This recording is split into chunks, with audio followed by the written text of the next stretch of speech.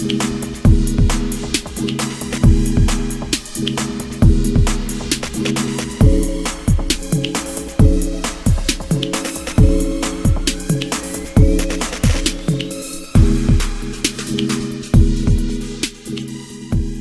a todos y a todas, gracias por estar aquí un domingo a las 12 y que al final pues veros comprometidos con todo esto a mí ya me hace muy feliz. Hoy va a tratar la ponencia de hoy o la entrevista, que al final quiero que sea todo bastante distendido y que os sintáis cómodos y cómodas y que preguntéis todo lo que os ocurra. O sea, hoy esto sí que es para vosotros 100%, ¿vale? Entonces, el otro día estábamos hablando de psicología, ¿de acuerdo? Ya vimos el poder que tiene nuestro cerebro para el hecho de adquirir nuevos hábitos, que era el propósito de este evento, del evento Revoluciona, que era impulsaros a que ahora en enero, ¿no? Que normalmente suelen venirnos esas ganas de salir a correr, salir a la montaña, apuntarnos al gimnasio, pues hacerlo de una forma que sea sostenible en el tiempo para ver resultados que realmente a nosotros y a nosotras nos hagan felices. Entonces, hoy venimos a hablar sobre nutrición, que para mí, bajo mi punto de vista, sería, digamos, vendría antes que la actividad física, más que nada porque tenemos que comer todos los días.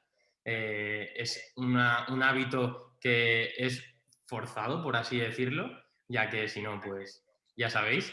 Entonces, hoy tenemos con nosotros aquí a Miriam Ruiz, que es nutricionista y dietista y además médica internista, y me encanta su visión porque, bueno, ya veréis que en su Instagram le conoceréis, se llama Comida Real.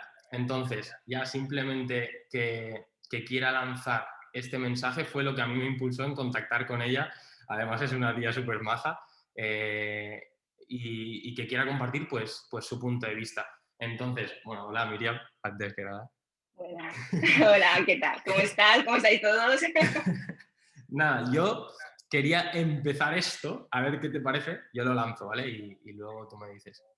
Quería empezar esto preguntándote a ti, para que la gente se pueda sentir un poco identificada, con qué propósitos o cuando llega esta fecha, a ti, la gente pues, que ya ha tomado conciencia y ve que necesita ayuda externa, porque habrá gente que todavía no está en este paso, con qué dudas o con qué propósitos van a verte o esa ayuda que necesitan de ti.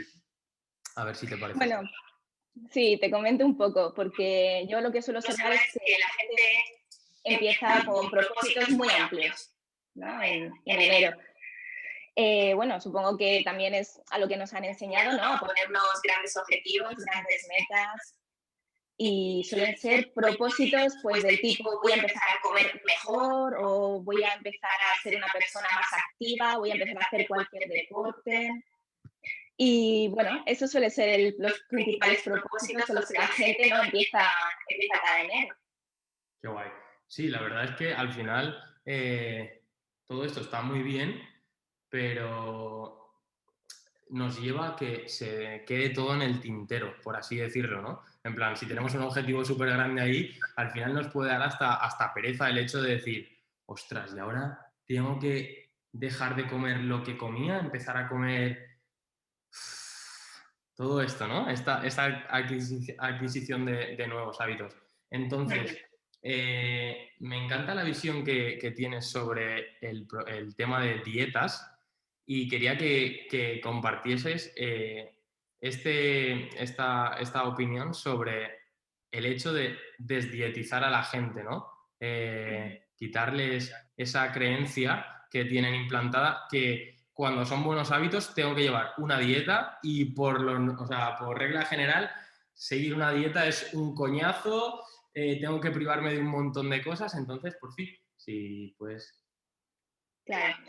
Pero esto básicamente viene de la cultura de dieta y de lo que nos han enseñado hasta ahora, que es, en teoría, comer saludable, ¿no? Que parece que es restringirse y eliminar todo lo que nos gusta, ¿no? Cuanto más sosa y aburrida sea nuestra alimentación, pues más saludable es. Y yo creo que ese es el principal error y también una de las cosas que más nos hace procrastinar un cambio de hábitos de alimentación. El pensar que va a ser algo que nos va a hacer sufrir, que no nos va a gustar, que nos va a hacer pues eliminar cosas que nos hacen disfrutar, ¿no? En el día a día, porque la alimentación, aparte de ese papel nutritivo, es también algo que nos hace disfrutar, no tiene también otros papeles, un papel social, un papel económico.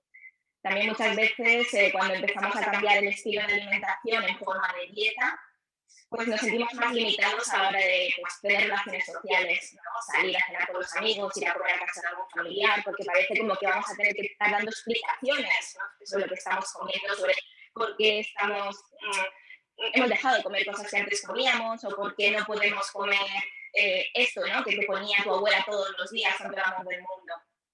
Y entonces creo que esa es una de las cosas que más nos hace retrasar un cambio de hábitos, que cuanto antes empecemos mejor, ¿no?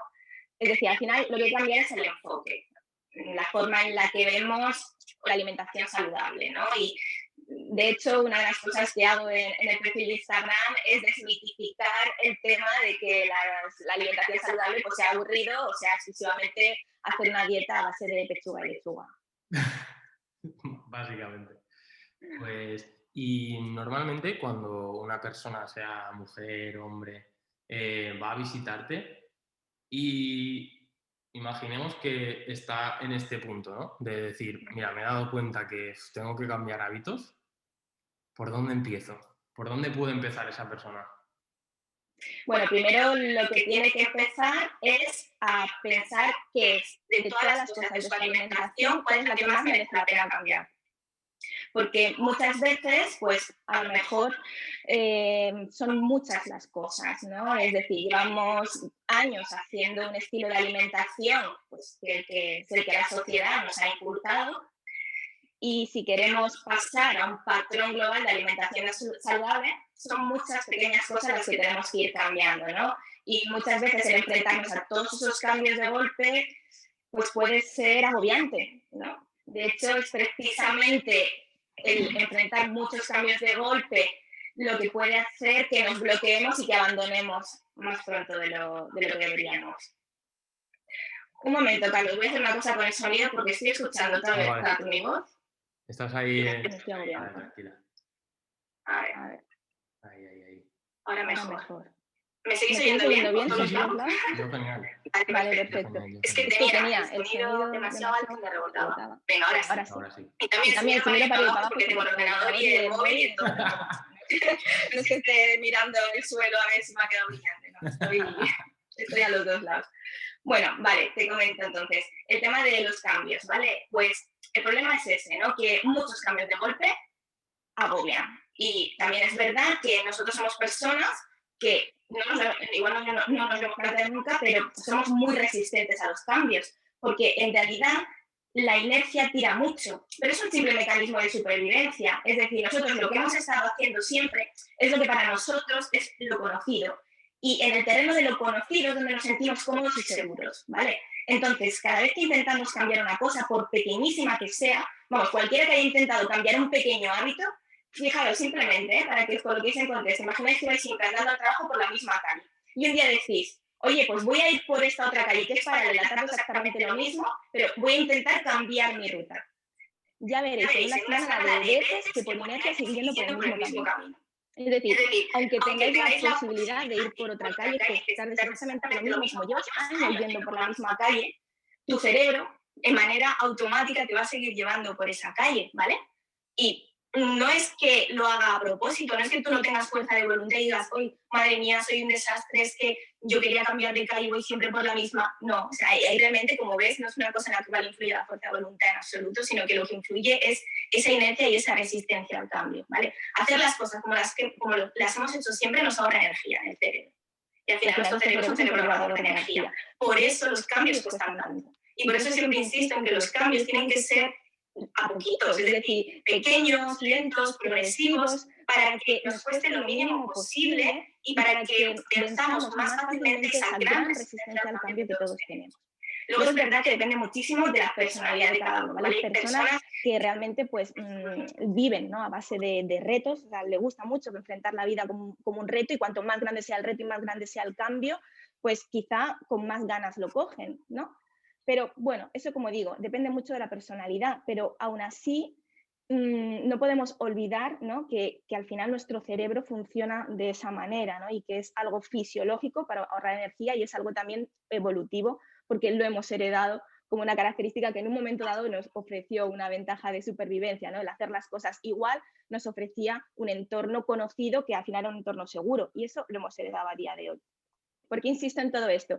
Porque muchas veces cuando empezamos a intentar hacer cambios en el estilo de alimentación, de vida, de lo que sea, nos damos cuenta de que al tercer día pues se nos ha olvidado o hemos fallado, ¿no? Eso que nos habíamos propuesto no lo hemos hecho y entonces ya empezamos a tener sentimientos de culpa, de es que yo no valgo para esto o esto es demasiado para mí, es un cambio excesivamente grande o no tengo fuerza de voluntad y en realidad toda esa culpa lo único que hace es todavía obstaculizarnos más. Entonces, ¿cómo podemos evitar esa culpa? Sabiendo que en realidad es nuestro cerebro, ¿no? El que tiene una gran resistencia a los cambios y que cuanto más pequeñitos y progresivos los hagamos, pues más podremos resolver esa resistencia y que seamos también comprensivos, es decir, que si un día fallamos, pues no pasa absolutamente nada, es como, es normal, ¿vale? Es como, he vuelto a ir por la misma calle, ostras, pero me he dado cuenta cuando ya llega al trabajo, ¿qué hago? Bueno, pues mañana vuelvo a intentar. Oye, que a lo mejor no me voy a acordar, porque ya sé cómo funciona mi cerebro y sé que me va a llevar siempre por la misma calle. Bueno, pues entonces tendré que poner en marcha algunas estrategias para que me resulte más fácil cambiar de calle. Por ejemplo, si yo sé que salgo de casa a las 8 de la mañana, ponerme una alarma en el móvil a las 8 de la mañana que me diga, ojo, acuérdate de ir hoy por el camino nuevo. Entonces, pues eso ya vienen siendo estrategias para facilitarnos, ¿no? Para luchar un poco contra esa resistencia y contra esa inercia frente a los cambios. Qué bueno, qué bueno. Sí, al final es como empezar a poner conciencia en todo esto, ¿no? Que es Uh -huh. hacia donde te mueves. Qué guay. Pues ahora por entrar un poco más en materia y para que la gente se siga identificando con todo esto y por favor, animaros a preguntar, que para eso ha venido hoy aquí Miriam, para que preguntéis todas las dudas que tengáis, sea de la índole que sea, si os puede ayudar, para esto está. Aunque haya ahora actualmente modas de pues, la dieta paleo, el ayuno intermitente, que son estrategias diferentes y que para individualmente pues, pueden ser mejor o peor. Pero así, generalizando esto que no se debería generalizar, para ti, una dieta saludable, ¿cuál sería?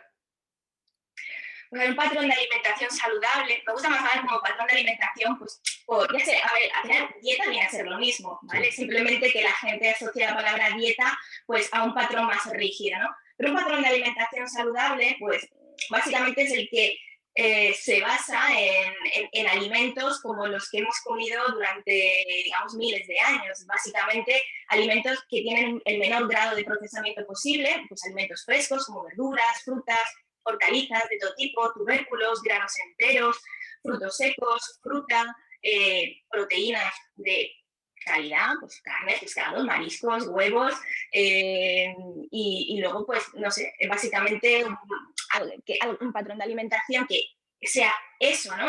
Con lo cual formemos la mayor parte de nuestros platos y nuestras comidas, pero que también tenga en cuenta nuestro contexto, es decir, pues la sociedad en la que vivimos, el entorno en el que nos movemos y las relaciones sociales que tenemos, es decir, que no nos limite, es decir, que sepamos que dentro de ese patrón de alimentación saludable también pueden tener cabida de una manera ocasional otro tipo de, pues que podríamos llamar pues, alimentos o ocasiones o cosas que sí, que sabemos que son menos saludables, pero que podemos comer de una manera consciente y que podemos incluirlas dentro de ese patrón de alimentación y que también nos van a proporcionar salud en el sentido de que si nosotros limitamos, ¿no? o nos sentimos oprimidos por nuestro patrón de alimentación, va a generar unos niveles de estrés también más altos, que al final tampoco es saludable, ¿no? Porque no podemos olvidar que un patrón de alimentación saludable es el que nos ofrezca salud en todos los aspectos globales que incluye la salud.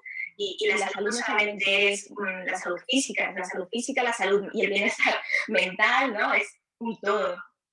Bueno, sí, al final son nuestras relaciones, cómo nos movemos por el mundo, al final todo esto también se incluye dentro de la felicidad. Pues quería preguntarte también acerca de en una persona que es activa, que Ujú. pues eso, sale a andar, tiene una vida más o menos, pues que no es sedentario, 100%. ¿Hay una distribución de macronutrientes óptima para, o sea, mejor que otra? Vale, a ver, pues yo siempre planteo esto para que se entienda bien de manera intuitiva, como si fuera un plato con sus proporciones, ¿vale? Entonces, más que hablar de una distribución de macronutrientes, que yo creo que la mayor parte de la población, por lo menos yo, a la gente a la que me dirijo, pues uno saca su calculadora para ver si está comiendo 38 gramos de grasa o... No, es decir, vamos a hablar un poco de cosas que podemos llevar a cabo en la práctica, en el día a día, de una forma pues, más intuitiva, más menos, digamos, menos matemática. Entonces, pues si nos imaginamos un plato, ¿vale? Pues digamos que lo primero que tendríamos que ver en él y que tendrían que ser las verdaderas protagonistas, pues serían las verduras, ¿vale? Siempre hablo de que al menos un 50% del plato que nos pongamos sean verduras. Luego es verdad que tampoco debemos perder de vista la proteína, ¿vale? Y me da igual que sean carne, pescado, marisco, huevos, legumbres, es decir, alimentos reales que aporten proteína de calidad y que podría estar, pues no sé, en torno al 25% del plato, ¿no? Un cuarto del plato si nos lo imaginamos así gráficamente. Y después, ahí vendrían el papel de los alimentos ricos en hidratos de carbono, cuando hablamos de alimentos reales, ¿no? Yo siempre me refiero a esta parte del plato, pues como lo podrían ser tubérculos como la patata y el boniato, granos enteros como el arroz, pseudocereales como la quinoa, el trigo sarraceno, legumbres, que también no olvidemos que las legumbres, aunque digamos que dentro del reino vegetal, ¿no? Dentro del grupo de los alimentos vegetales es como lo que más proteína aporta, en realidad las legumbres son mayoritariamente hidratos de carbono, ¿no? Entonces a mí me gusta también englobar así que la gente las visualice no solo como proteína, sino como lo que realmente son, que es más hidrato de carbono que proteína, ¿no?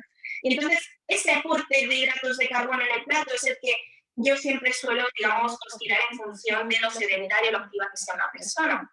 ¿Por qué? Pues porque los hidratos de carbono son los que más papel energético van a tener, ¿no? Entonces, si realmente somos personas que somos sedentarias y nuestro gasto energético es más bajito, pues probablemente necesitemos menos cantidad, menos aporte, ¿no? de estos alimentos ricos en hidratos de carbono.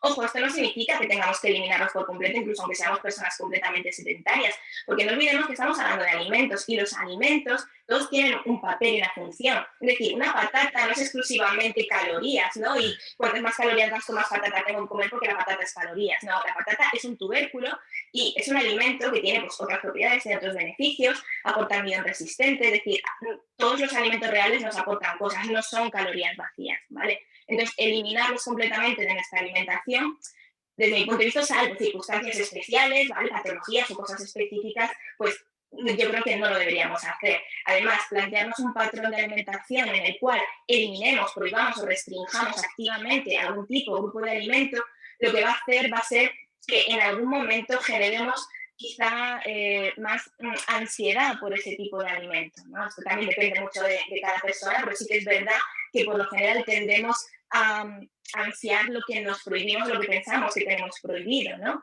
Por eso también un poquito el juego o la forma, ¿no? El enfoque que yo siempre digo de, oye, no te prohíbas nada, es decir, tú simplemente prioriza lo que sabes que es más saludable, que más beneficios aporta para tu salud, para tu bienestar físico, prioriza esos alimentos en el día a día, ¿vale? Y no pienses en que dejo de comer tal cosa porque está prohibido, sino, oye, lo voy a despriorizar porque sé que me aporta menos, porque sé que me va a alejar más de mis objetivos de salud, de composición corporal, de lo que quieras, y entonces pues podemos limitarlo a esas ocasiones en las cuales, oye, realmente me apetece y de manera consciente lo voy a incluir, porque me va a proporcionar un beneficio que sé que no es un beneficio a nivel nutricional, pero puede ser otro beneficio, como decíamos antes, pues a nivel psicológico, a nivel social, o simplemente el sentir que eres libre de comer lo que quieras y que eres tú el que está eligiendo lo que comer en cada momento y que no hay nada ni nadie que te esté pidiendo nada, sino que eres tú el que voluntariamente decides qué cosas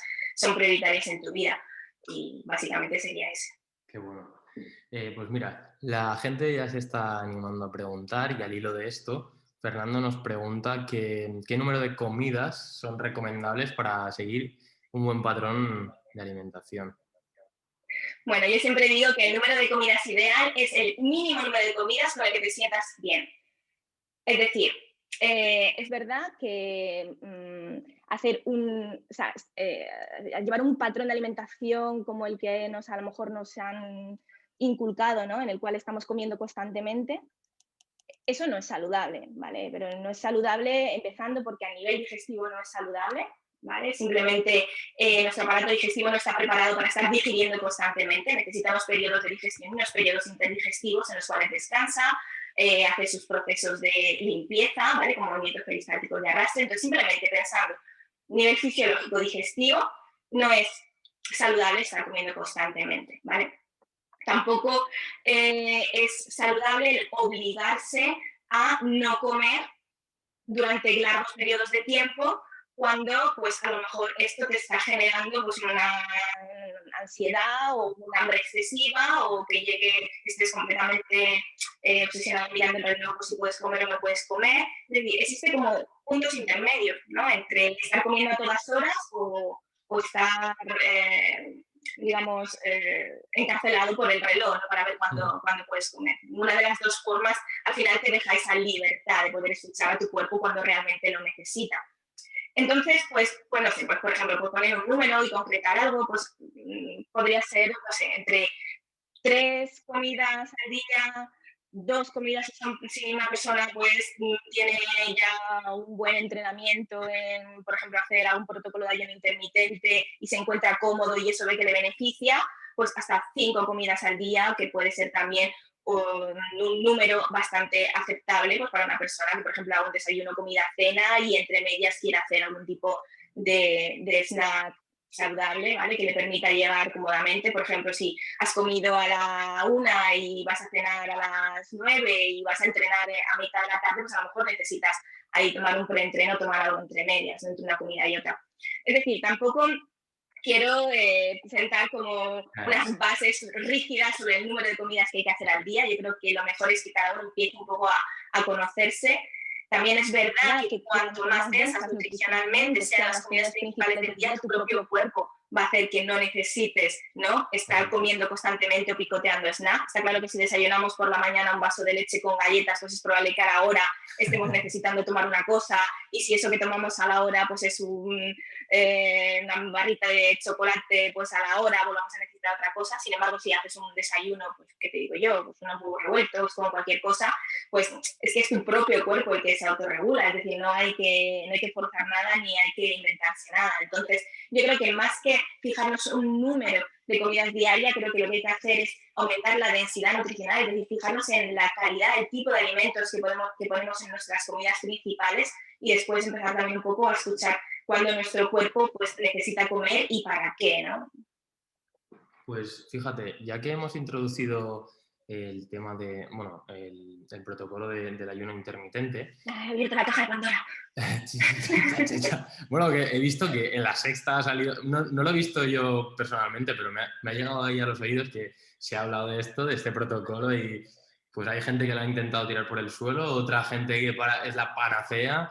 Entonces, Carlota nos pregunta, al hilo de su pregunta, quiero yo formularte también otra un poco más grande, que nos hables sobre los beneficios que tiene el ayuno y qué es el ayuno, para que quien no lo sepa pues se pueda introducir. Y Carlota nos pregunta que si sabemos, o que si tú sabes en este caso, si el ayuno intermitente tiene rigor científico. Vale, sí, existe mucha evidencia científica. El ayuno intermitente no es nada moderno, ni nada nuevo, ni ninguna dieta de moda. Es simplemente un patrón de alimentación, digamos, bastante intuitivo que se ha llevado a cabo durante pues, prácticamente casi toda la historia, ¿no? del ser humano, hasta que en los últimos 100 años hemos introducido este patrón de comer comida vacía nutricionalmente que te obliga a comer cada X horas. Hacer un ayuno intermitente es algo tan tonto como cenar a las 9 de la noche y no volver a desayunar hasta las 9 de la mañana siguiente, ¿no? Que cuando yo digo eso, la gente dice, ¿pero qué me estás contando? Pues si eso es, ¿no? Cenar y despertarte. Sí, pero algo que parece tan obvio, pues para muchas personas no lo es, ¿no? Porque el ritmo de vida actual nos hace que pues, tenemos cada vez más tarde. Conozco personas que cenan a las 12, la 1 de la madrugada, ¿no? Que apenas después luego tienes un descanso nocturno de calidad y que a lo mejor te levantas a las 6, a las 7 de la mañana para ir a trabajar y desayunas a esa hora, ¿no? Entonces, claro, ahí ya el periodo de ayuno nocturno, que debería ser pues, un periodo que te digo yo, mínimo de 8 horas, ¿no? Cuanto más se alargue ese periodo nocturno, pues también más beneficios va a obtener tu cuerpo, pues cada vez en la vida actual es más corto. Cuando no, a lo mejor cenas a las 10 de la noche y te quedas viendo la tele hasta las 3 de la mañana, y claro, desde que has cenado hasta las 3 de la mañana y ahí viendo la tele, pues es muy probable que también pues entre algo de hambre y se coma algo, ¿no? Entonces ya eso que parecía tan obvio, pues no lo es tanto. Y muchas veces ese ayuno nocturno de, oye, pues mira, he cenado a las 9 y voy a desayunar a las 9, he cenado a las 8, voy a desayunar a las 8, pues se ve entrecortado por ingestas nocturnas, ¿no? Que no deberían estar ahí. Digamos que por la noche el cuerpo no está preparado, o sea, las funciones, ¿no? Tanto a nivel hormonal como de todos los, el aparato digestivo y tal, no está preparado para comer, ni para procesar, ni para metabolizar adecuadamente los alimentos a esas horas del día. Es decir, no es fisiológico, no va con nuestros ritmos circadianos. Entonces, simplemente, o sea, yo cuando me hablan de ayuno intermitente o personas pues, que no lo quieren empezar o quieren interesarse por él, yo lo primero que pregunto es ¿a qué hora cenas, a qué hora desayunas? ¿No? Vamos a empezar por las bases, vamos a empezar por lo básico. Si estás cenando a las 12 de la noche o tomándote el último snack antes de irte a dormir a las 2 de la mañana y luego te levantas y desayunas a las 9, pues antes de meterte en protocolos de ayuno intermitente, vamos a empezar a hacer las cosas más lógicas y más coherentes primero, ¿no? Vamos a empezar a adelantar esa última comida del día. Oye, que si cenamos a las 12, ya con que lo adelantes a las 10 es un paso, ¿no? No hace falta hacer la última cena a las 6 de la tarde. Siempre estamos hablando de mejoras continuas, ¿no? Y yo es siempre el mensaje que quiero transmitir. Porque hoy en día, con toda la información que tenemos muchos mensajes, tenemos mucha información. Y claro, a nosotros nos llega el mensaje de lo que es lo óptimo, lo que es lo mejor, lo que ha sacado el último estudio científico. Pero claro, muchas veces eso se aleja tanto de nuestra realidad que llegar a ello pues parece como un salto imposible, ¿no? Entonces, pues muchas veces antes de plantearnos ese extremo, pues vamos a plantearnos cambios progresivos, cambios pequeños, porque todo lo que sea una pequeña mejora ya es una mejora, ¿no? No hace falta hacerlo perfecto para empezar a hacer las cosas mejor. Y como digo, si estás cenando a las 12 y desayunando a las 6 de la mañana, pues a lo mejor lo más interesante es cenar a las 10 y desayunar a las 7. Y si eso lo consigues, pues a lo mejor adelanta la cena a las 8 y retrasa el desayuno a las 9. Oye, no, que me levanto con hambre a las 8 y me como lo primero que pille. Oye, desayuno a las 8, ¿no? Tampoco te fuertes. Es decir, al final hay que recuperar un poco esa lógica, esa intuición, ¿no? Corporal y pensar un poco las cosas como las estamos haciendo. Luego, eso con respecto al ayuno nocturno, que es como la forma que yo veo más lógica de empezar, porque creo que es lo que más beneficio nos puede aportar también a nivel metabólico, ¿vale? Si queremos obtener mejoras de salud con respecto al ayuno, empezar por respetar el ayuno nocturno mínimo, ¿vale? Esas mínimas 8 horas de sueño, que sean 8 horas en las cuales también pues no ingieras nada, porque el cuerpo pues no está en las mejores condiciones para hacerlo. Y entonces, después, que sí, que eso ya lo consigo, que yo hago mi ayuno nocturno y perfecto, ¿no? Entonces, durante el día, ¿qué? Bueno, pues durante el día, como digo yo, antes de empezar a quitar comida, vamos a empezar a mejorar comidas, ¿no? Es decir, no podemos partir de un patrón de alimentación basado en comida superflua, poco nutritiva, y empezar a meter ahí, pues, quitar comidas, ¿no? Venga, antes de empezar a quitar comidas, porque si empiezas a quitar comidas con una alimentación superflua, es probable que las pocas comidas que se te queden pues al final no llegan a cubrir tus necesidades ni calóricas ni de nutrientes básicos. Entonces, primero, mejoramos la comida, mejoramos la calidad nutricional de nuestro patrón de alimentación y después ya empezamos con esa base a ver el tema del número de comidas. Pero como lo decía antes, es un proceso natural, es decir, si tú mejoras la calidad nutricional de tus comidas, es tu propio cuerpo el que te pide menos comidas, ¿no? ¿Por qué tenemos que comer muchas veces? Porque lo que comemos no nos nutre. Cuanto más nos nutre lo que comemos, pues tu cuerpo también menos veces te va a pedir alimentos. Y entonces pues podría ser eso, pues en lugar de decir, pues hago desayuno, comida, cena, meriendo y hago un almuerzo a media mañana y luego pico cosas entre horas, pues oye, de ahí al ayuno intermitente hay muchos pasos. Empieza por quitar esos picoteos insulsos entre horas, esas cosas que no te van a aportar nada. Después, cuando tengas eso conseguido, pues oye, a lo mejor lo que decíamos antes, aumenta el volumen y la calidad nutricional de tus comidas principales y tu propio cuerpo igual no te pide snacks intermedios o te pide menos. Igual entre el desayuno y la comida no te pide nada y luego a media tarde sí porque tienes un entrenamiento, pero bueno, ya vas cambiando cosas, ¿no?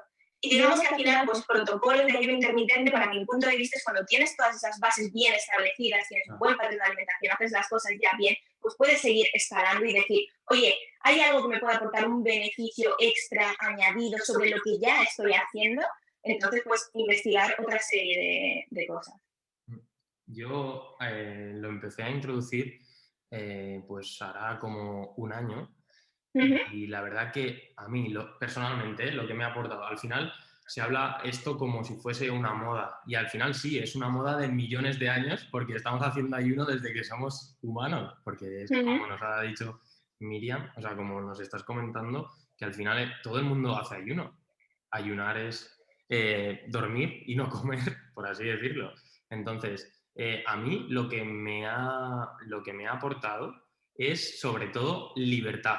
O sea, no estar encadenado a la comida, porque yo antes siempre he hecho deporte y demás, y era, antes de ir al gimnasio, me producía hasta estrés, te lo prometo, el hecho de decir, hostia, hoy no me da tiempo a comerme el plátano, o las nueces, o lo que sea, y me daba hasta estrés de decir, es que voy a ir y no voy a rendir. Y cuando poco a poco me he ido creyendo yo que al final ese plátano, tal vez si lo introduces en una comida anterior de otra forma o si lo introduces, al final es que no te hace falta, no te hace falta todo esto. Entonces, para mí ese es el mayor beneficio que aporta el ayuno dentro de si la gente cree que esto es una moda o no. O sea, te puedes beneficiar de no estar encadenado a la comida. Y la gente que me ha preguntado, y ostras, ¿y a ti no te da esto como pavor, ¿no? De decir, jolín, te vas de casa y ale, ya volverás y comerás. Y al final es, pues, no sé, es como saber gestionarlo y conocerte a ti mismo y decir, oye, pues, porque lo que quería preguntarte, que luego lo has respondido, es, pero ¿hay un protocolo que sea mejor para una persona o para otra? Que es la duda que se genera, ¿vale? Pero, jolín, si yo estoy acostumbrado a desayunar, ¿ahora tengo que dejar de desayunar? Pues no. O sea, puedes introducirlo en otra hora del día. Entonces, pues, esto, mira, Taniuski vuelve un poco hacia detrás. No, mira, aquí nos preguntan sobre la fruta. Si comer fruta en las comidas es sano. Sí, esa sopita.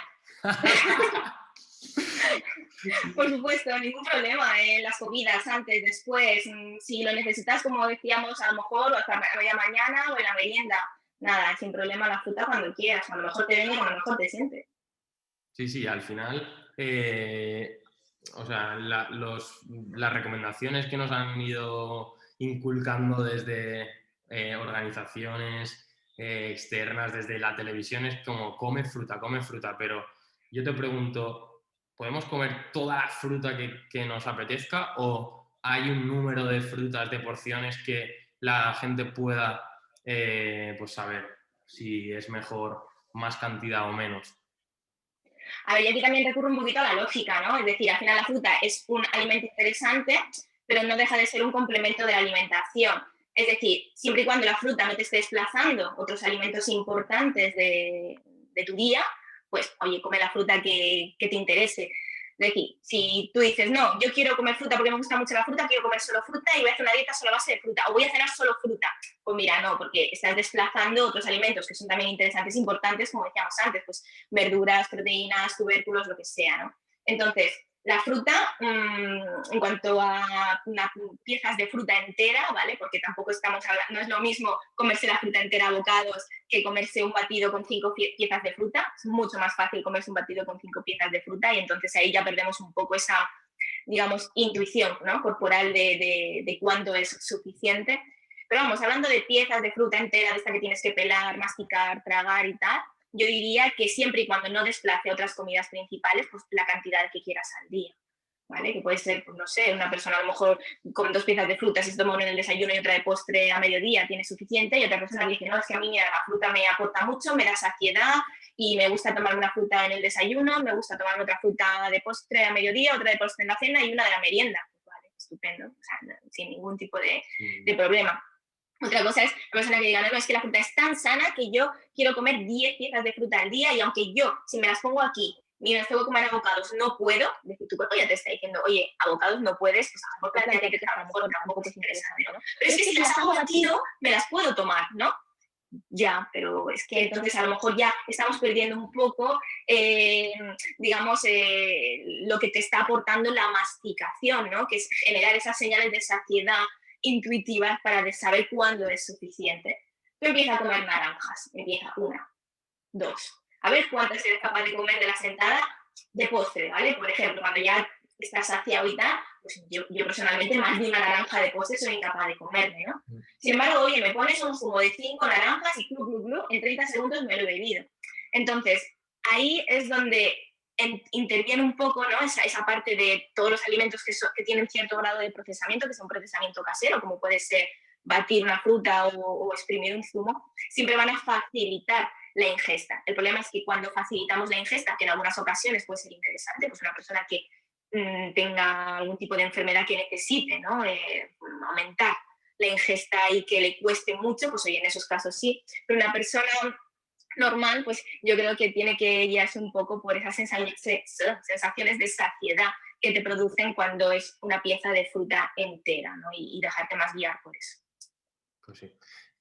Tania nos dice si vamos a colgar el vídeo. O sea, lo digo así para que lo vamos a colgar en YouTube y Miriam y yo lo compartiremos con todos para si os tenéis que ir o no lo podéis ver entero, que lo tengáis, ¿vale? Y volvemos otra vez al tema. Y nos pregunta María si hay alimentos que no rompan el ayuno y si la fruta es uno de ellos o si nos puedes dar algún ejemplo de alimentos que no rompan el ayuno. O sea, lo primero que tenemos que preguntarnos es por qué queremos saber qué alimentos rompen o no el ayuno. Porque si tú realmente te estás planteando, oye, es que yo necesito comer algo durante el ayuno, es porque tu cuerpo te está pidiendo comer algo, ¿no? Entonces, a lo mejor lo que tenemos que plantearnos es si realmente el ayuno en ese caso nos está beneficiando o en ese momento, porque a ver, el ayuno, por muchas propiedades y beneficios que pueda tener, está claro que no es para todo el mundo. Es decir, el ayuno no deja de ser un factor estresante si lo forzamos, ¿no? O sea, el ayuno forzado es un estresor. Está claro que nuestro cuerpo no le gusta ayunar, para eso existe el hambre, ¿no? Para decirnos, oye, necesito energía, ¿no? Dame energía. Entonces, para poder añadir un estresor extra a nuestro cuerpo, tenemos que encontrarnos en unas condiciones óptimas para ello. Es decir, con el menor o con pocos estresantes añadidos, ¿vale? Si nos encontramos, por ejemplo, ahora mismo en una situación con estrés psicológico, con problemas familiares, con problemas laborales, es decir, si ya tenemos el cubo del estrés lo suficientemente lleno, pues a lo mejor no sería el momento más interesante para añadir un estresor extra como pueda ser un protocolo de ayuno intermitente que nos salga de manera, digamos, natural o espontánea, ¿no? Como lo que decíamos, a lo mejor mantener esas 8 horas de ayuno nocturno, que es más natural.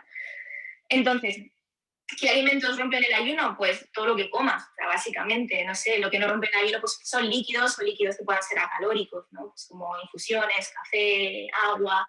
Para mí todo lo demás es simplemente plantearse las preguntas que a lo mejor no son las más interesantes, ¿no? O sea, yo me planteo en mi propio caso, ¿vale? Me imagino yo misma haciendo un ayuno, imagínate que yo he empezado a las 5 de la tarde y me he despertado a las 8 de la mañana para ir a trabajar y me he despertado con hambre, ¿vale? Y digo, no, es que yo me he propuesto que hasta las 12 no puedo comer, pero tengo un hambre, ¿qué alimentos podría comer ahora que no me rompieran el ayuno?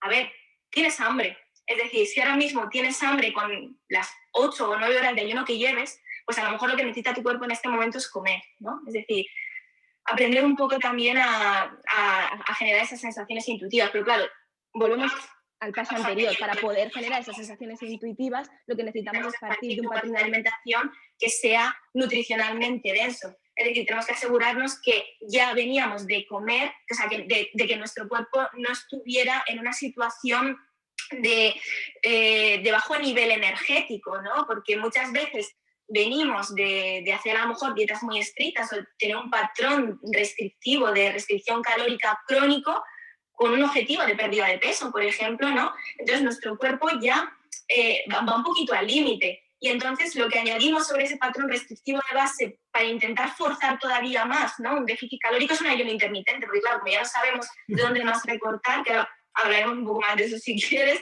Entonces tenemos que introducir ayuno intermitente con el objetivo de meterle menos calorías al cuerpo, cuando tu cuerpo en ese momento a lo mejor lo que necesita para salir de esa situación no es recortar más calorías y añadir más estrés a esa situación restrictiva, sino que a lo mejor necesita otro tipo de enfoque, a lo mejor necesita aumentar el flujo energético, no bajarlo todavía más, ¿no? Hablar de flujo energético y todo esto cuando pues, la gente cree que para estar mejor, saludable, estéticamente hablando, ¿no? De estar más delgada, delgado, es rebajar calorías y todo esto. Si puedes compartir tu enfoque en esto. Sí, o sea, yo pienso que la restricción calórica es una de las principales causas ahora mismo de dificultad para la pérdida de peso. Fíjate, estoy haciendo un ¡fu!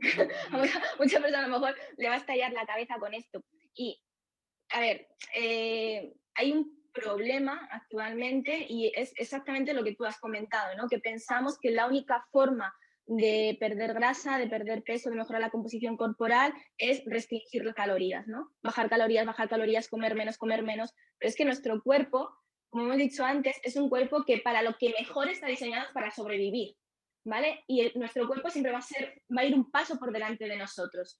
Entonces, nuestro cuerpo sabe lo que necesita para vivir en cuanto a nivel a energía, calorías que le llegan, ¿no?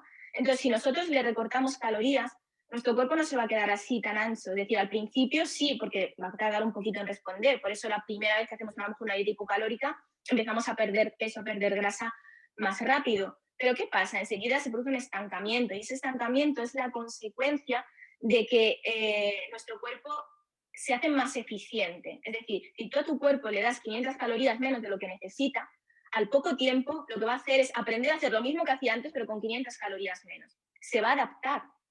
Estamos preparados para adaptarnos y lo mejor que sabemos hacer es adaptarnos y sobrevivir ante las circunstancias que sean. Entonces, para el cuerpo, una restricción calórica es una circunstancia adversa. Nuestro cuerpo no sabe si estamos a dieta porque queremos perder peso o si resulta que ha habido una glaciación y no tenemos acceso a alimentos, ¿no? Lo único que sabe es que le está llegando menos energía y que para hacerte sobrevivir, con toda su buena voluntad, lo que tiene que hacer es adaptarse, ¿eh? Y entonces pues lo hace de la mejor manera que puede y pues eso, él baja ese gasto energético de tu cuerpo y pues muchas veces se traduce en pues, me encuentro más cansado, no tengo ganas de hacer cosas, se traduce también en reducción de algunos tipos de hormonas que van a controlar pues, temas metabólicos como las hormonas tiroideas, afecta también a hormonas de la función reproductiva, ¿no? Obviamente, si el cuerpo se encuentra en una situación en la cual piensa que no hay energía suficiente para sobrevivir o no sabe cuánto va a durar eso, pues lo que menos puede permitirse es tener descendencia, ¿no? Entonces, pues afecta también a eso. También afecta a nivel digestivo. Está claro que si comemos menos, el aparato digestivo va a intentar sacar el máximo provecho de lo que comemos, ¿vale? No es extraño que una dieta restrictiva crónica produzca estreñimiento. Se enlentece el tránsito para que los alimentos estén el mayor tiempo posible en el intestino y poder sacar el máximo provecho, la mayor cantidad de nutrientes de esos. Es decir, vas a generar menos heces porque va a intentar el organismo quedarse con mayor cantidad de nutrientes de lo que has comido, ¿no? Entonces se enlentece también el tránsito intestinal y vamos, que al final pues lleva una serie de cosas que suele generar pues, una especie de síndrome, que no estoy diciendo que todas las personas que presenten estos síntomas sea porque sea de secundaria una restricción calórica crónica, existen muchas otras cosas, habría que hacer una buena valoración, evaluación, diagnóstico, lo que fuera, ¿no? Pero lo que estoy diciendo es que restringir calorías crónicamente al final no va a llevarnos a donde queremos llevar, ¿no? Hay que seguir otro tipo de estrategias. Exacto, sí, al final es como lo que tú has dicho, es romper una creencia. A la hora de perder peso tengo que comer más, pero las dietas no era esto de quedarme con hambre y pues fíjate, esto es muy interesante por esto. Y ahora por ejemplificar un poco más y que alguien pueda sentirse identificado con esto, si yo por ejemplo quiero perder grasa, entonces ahora acabo de escuchar esto y me estás diciendo que mi flujo energético o, bueno, mi gasto calórico y mi ingesta tiene que aumentar para que se puedan producir todos estos cambios y que mi cuerpo pueda generar esa pérdida o recomposición corporal. Entonces, ejemplificándolo, ¿qué protocolos o qué utilizarías o qué le recomendarías a esta persona que quiere empezar a perder peso? Es difícil. A ver, cuando nos encontramos en esa situación de flujo energético bajo, lo primero que hay que saber, a ver, es difícil hacerlo solo, ¿vale? No podría dar una pauta general porque van a influir, o sea, porque es tan fuerte el poder de la creencia y la falta de confianza en eso que vas a necesitar a alguien que te acompañe muy de cerca para reafirmarte constantemente que ese es el camino, ¿vale?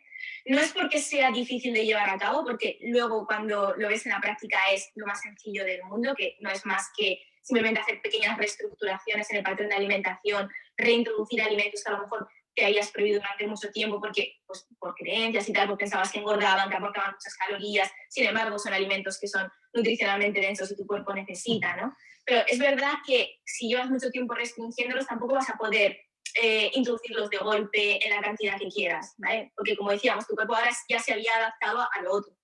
Entonces, si tú, por ejemplo, llevas restringiendo calorías con una dieta de 800.000 calorías, y no estoy diciendo ninguna barbaridad, durante un montón de tiempo, está claro que de la noche a la mañana no puedes cambiar una dieta de 2.000 calorías, porque entonces, pues, para empezar, te va a producir molestias digestivas, porque no vas a estar adaptado a tolerar ese tipo de dieta. Puede ser incluso un estímulo inflamatorio, ¿no? El aumentar tan rápidamente la ingesta calórica. Es decir, hay que hacerlo de manera progresiva. Lo que siempre decimos, los cambios lentos y progresivos, porque es la forma en la que el cuerpo mejor los va a adaptar, mejor los va a asimilar y menos efectos secundarios van a tener.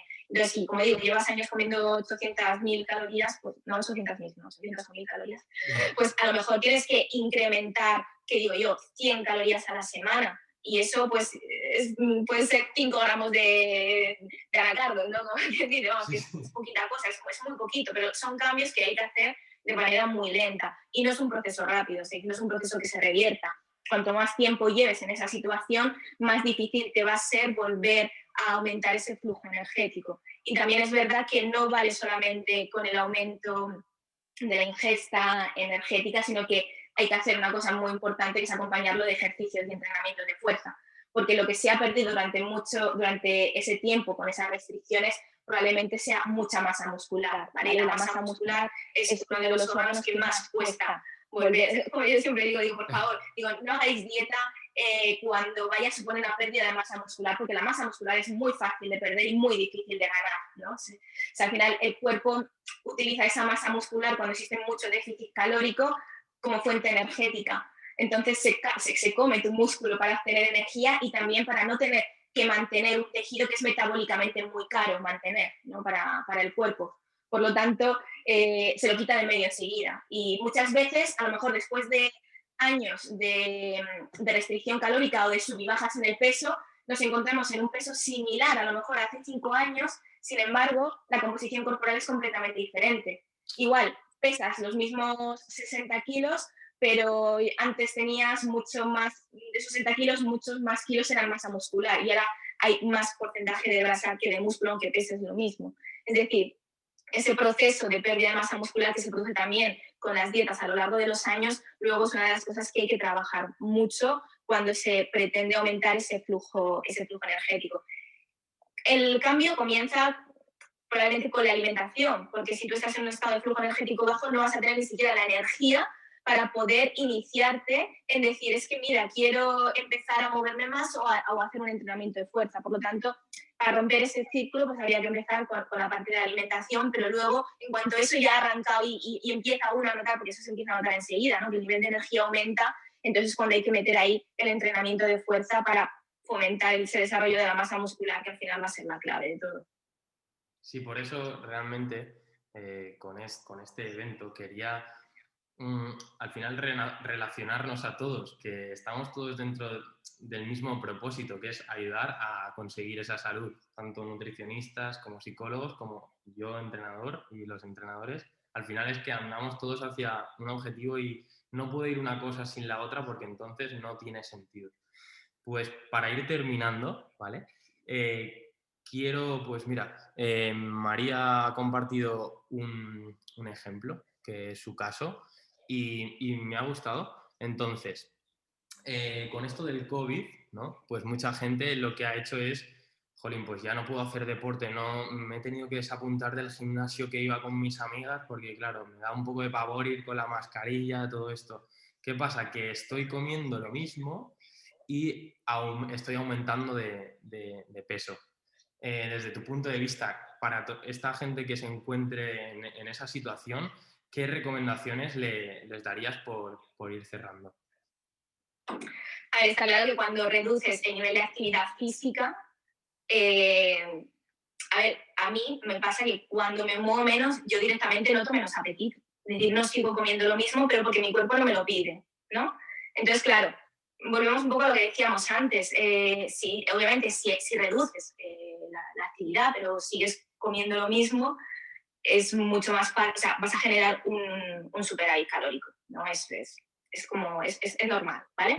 Entonces, yo antes de voy a recortar alimentos o voy a eliminar cosas o voy a empezar a hacer alguna dieta, voy a tal, yo diría, a ver, dentro de las posibilidades que tengo aquí en mi casa o con lo que tengo, ¿hay alguna posibilidad en la que yo aumente mi nivel de actividad? Es decir, obviamente si cambiamos el ir al gimnasio por leer, pues estamos pasando de una actividad, de un periodo, de un rato que pasábamos al día en movimiento a un rato que vamos a pasar de manera sedentaria, ¿no? Entonces, yo por lo menos a la gente que estaba conmigo cuando empezó todo el tema del confinamiento y tal, hacíamos una especie como de calendario, ¿no? Del día y decíamos, a ver, vamos a ver los bloques en los que antes había movimiento, ¿vale? Por ejemplo, vamos a hacer un pre y un post, ¿no? Antes del confinamiento, pues yo me levantaba a las 6:30 de la mañana, desayunaba, me preparaba, no sé qué, me iba a trabajar y me iban dando, y claro, tardaba 20 minutos en ir a trabajar, ¿no? Trabajaba no sé qué y luego me volvía andando a casa. Entonces, esos 20 minutos de ir andando y esos 20 minutos de vuelta andando los perdí, ¿vale? Porque yo ahora me levanto, me pongo y directamente me siento a trabajar. Entonces yo decía, pues vamos a no cambiar ese patrón de movimiento. Es decir, si tú esos 20 minutos, ese rato que pasabas yendo y viniendo al trabajo caminando, vamos a hacer algo que puedas hacer dentro de tu casa, dentro de tu entorno, pero que sea activo. Yo qué sé, puede ser desde, oye, barre la casa, ¿vale? Me da igual, es decir, limpia el polvo, barre la casa o, si te apetece, eso lo digo para hacer algo práctico, ¿no? Ya que estamos, pues hacemos un 2x1. Yo lo hago mucho. Yo cuando digo, oye, hoy llueve, no puedo salir a pasear, ¿qué hago? Me pongo a limpiar. Por decir cualquier cosa, ¿vale? Me podría poner a hacer cualquier cosa, pero soy bastante práctica y un poco así maniática de la limpieza, pues me pongo a limpiar y ya está. Pero vamos, que lo digo porque es mucho más fácil hacer algo que además pienses que va a ser práctico que si te digo, no, a las 8 de la mañana, venga, de 8 a 8:30 te pones a dar vueltas paseando por el salón, ¿no? Sí. Es como, parece que estoy perdiendo el tiempo. Sin embargo, de la otra manera, parece como que, oye, estás haciendo algo que es activo y no estás perdiendo el tiempo. ¿No? Ese concepto de perder el tiempo también es algo que las personas llevamos muy mal. A ver, también podría ser, mucha gente lo hacía, que como iba al trabajo andando con un podcast, pues yo lo que decía es, mira, ponte tu podcast, que te dura esos 20 minutos, y ese rato, pues en vez de estar escuchándolo sentado, te lo pones y estás dando vueltas por la casa y por el salón. Y oye, sí, porque como estás entretenido haciendo cosas, pues claro, te pones a dar vueltas por el salón y lo hacías perfectamente y al final, incluso si mirabas los pasos del reloj, antes y después del confinamiento había gente que con esas tonterías mejoraba, ¿no? El movimiento y la actividad durante el confinamiento. Luego también, por ejemplo, ¿no? Siempre que hubiera alguien que te llamara por teléfono, digo, pues te llaman por teléfono, no hables por teléfono sentado, sino el rato que dure la llamada estás pues de pie, dando vueltas por la casa. Si da igual que tengas una casa pequeña, si yo tengo un salón enano y puedo dar vueltas constantemente sobre él mientras estoy hablando por teléfono, también es que no me sé estar quieta, pero es verdad que lo puedes hacer a propósito, ¿no? Es decir, asocia en el cerebro llamada de teléfono a estar deambulando mientras estás hablando por teléfono.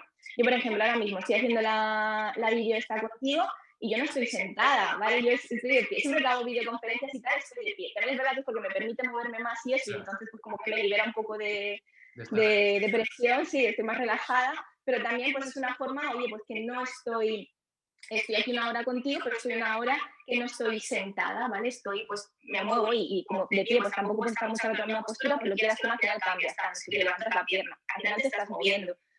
Luego, a la hora de estar trabajando, ¿no? En lugar de estar trabajando en una silla súper cómoda que te permita estar así muy relajado y tal, yo trabajo sentada en una banqueta, o sea, una banqueta, la silla más incómoda del mundo es la silla más saludable porque te hace no mantener una postura muy estática, es decir, te hace que estés moviéndote constantemente, cambiando de postura. También es verdad que esto de ponerse a trabajar en una banqueta, pues de golpe no lo aconsejo, ¿vale? Pues porque no estás acostumbrado y al final vas a hacer lo mismo, pero en una banqueta vas a acabar peor. Entonces yo siempre digo a la gente, mira, ¿por qué te pones tu silla de siempre y una banqueta al lado? Y cada media hora y tal te cambias la silla por la banqueta, ¿vale? Entonces pues ya implica un cambio de postura, implica que simplemente cada media hora te tengas que cambiar, estás un rato en una silla un poco incómoda, pero cuando te canses de la banqueta incómoda vuelves a tu silla, que son tonterías, pero todo suma. Todo suma, ¿no? O sea, al final no son tan tonterías, ¿no? No son, no. Y luego, pues, si a lo mejor ibas una hora al gimnasio y ahora no puedes ir, pues tú mantén tu horario de gimnasio, ponte la alarma a la misma hora que antes ibas al gimnasio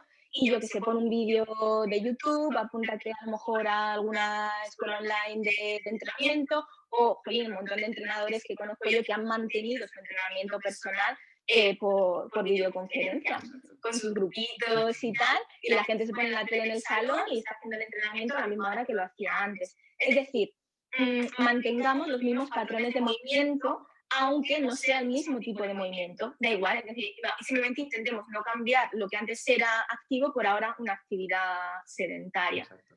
Y digo, simplemente pues plantearse cosas, ¿no? Es decir, ¿qué puedo hacer y introducirlo? Exacto. Sí, al final es como estar un paso por delante de nuestro cerebro, de lo que va a hacer, porque él no entiende si está encerrado en casa porque un gobierno le ha propuesto esto, sino simplemente pues adaptarse, ¿no? Como has comentado nosotros, tenemos también un grupito de entrenamiento que se llama Método WIP y ha sido la salvación para la gente que durante la cuarentena estuvo con nosotros, doblamos horas y venía a entrenar en grupo y era como ese momento del día que iban a hacer algo diferente, porque Claro. como tú has dicho, estaban acostumbrados a irse andando al trabajo, o, ¿sabes? O subir las escaleras del metro, o tal, e ir a su gimnasio. Jolín, y ahora de repente, pues estoy en casa, así parado. Y Claro. había gente que venía las 2 horas, simplemente por aumentar. A mí me ha encantado esto porque yo también hacía como que no estaba encerrado e intentaba seguir un poco con la dinámica. Así que espero que a vosotros, los que hayáis estado viendo este directo, bueno, y en diferido, os haya servido todos estos consejos que Miriam nos ha dado, que para mí son, al final, yo si me quedo algo de esta entrevista es que todo lo llevamos a la práctica de la forma más reducida para que impacte día a día, pum, pum, pum, pum, y construya algo grande que se pueda mantener en el tiempo, porque al final es los resultados rápidos, lo siento, pero hay que cometer muchas trampas para que lleguen. Entonces, ¿hasta qué punto, no? Así que nada, gracias de corazón, Miriam, por haber accedido a este directo. Gracias por compartir todo este contenido y simplemente eso, gracias. Estoy súper agradecido. Gracias a ti, Carlos, por haberme invitado y nada, espero que por lo menos algo de lo que hayamos hablado aquí en todo este ratico os sea de utilidad y nada, de nuevo que ha sido un placer estar aquí contigo. Nos vemos, ¿vale? Hasta luego.